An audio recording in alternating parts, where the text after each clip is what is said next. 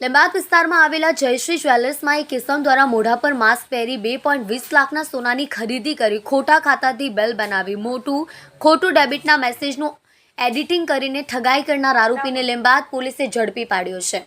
ઝડપાયેલ આરોપી જયશ્રી જ્વેલર્સમાં સોનું ખરીદી મોઢા પર માસ્ક અને ટોપી પહેરી જ્વેલર્સમાં પ્રવેશ્યો।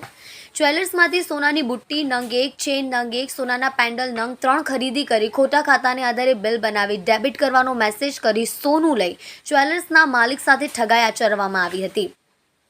જ્વેલર્સના માલિક લીંબાયત પોલીસ મથકમાં ઠગાઈની ફરિયાદ નોંધાવી છે। અનુસંધાને લીંબાયત પોલીસે ગણતરીના કલાકમાં આરોપીને ઝડપી પાડી ઠગાઈનો ગુનો મુદ્દામાલ રિકવર કરી કાયદેસરની કાર્યવાહી હાથ ધરી છે।